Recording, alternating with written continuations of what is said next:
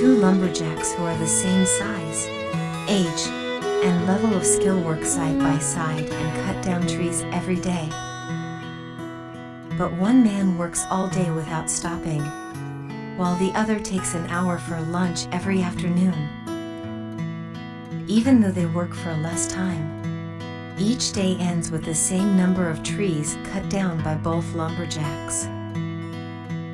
The lumberjack who works all day asks the other, who also works all day, how he can chop just as much as him and still take a break. In response, he says, "It's simple. I spend that hour at home sharpening my axe." Lesson from the story: breaks are essential to getting things done. Smart work, not hard work.